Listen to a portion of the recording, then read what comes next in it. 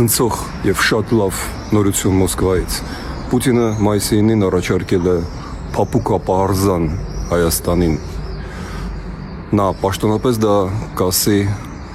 մայիսի 28-ին Հայաստանի անկախության օրը Ալմաթիում Փաշինյանին։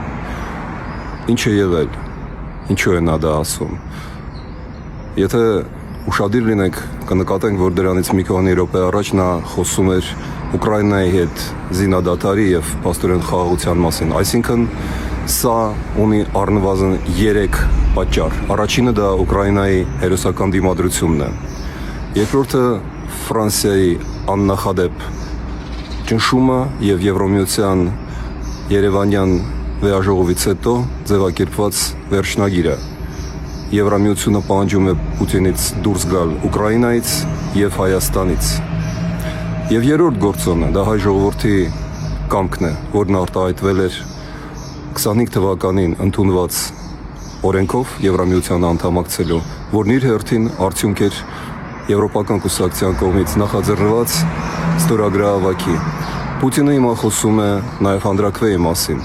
Դա նույնպես մեր առաջարկն էր։ Հենց դրա համար էր ստորագրահավաքը, եթե հիշում եք, ինչի տակ եք դուք դրել ձեր ստորագրությունները։ Կա այստեղ արդյոք վտանգ, թաքնված ծուղակ, այո կա։ Փաշինյանը փորձելու է կապել Եվրամիության անդամակցելու հանրակրվեն իր առաջարկած սահմանադրական փոփոխությունների հետ, այսինքն սահմանադրությունից անկախության հռչակագրի հեռացման գաղափարի հետ։ Մենք ոչ մի դեպքում չպետք է թույլ տանք դա։ Ահա ինչին է ուղղված լինելու Հայաստանի Եվրոպական կուսակցության աշխատանքը առաջիկա ամիսներին, անգամ արտախորհրդարանական ձևաչափով, ինչպես մենք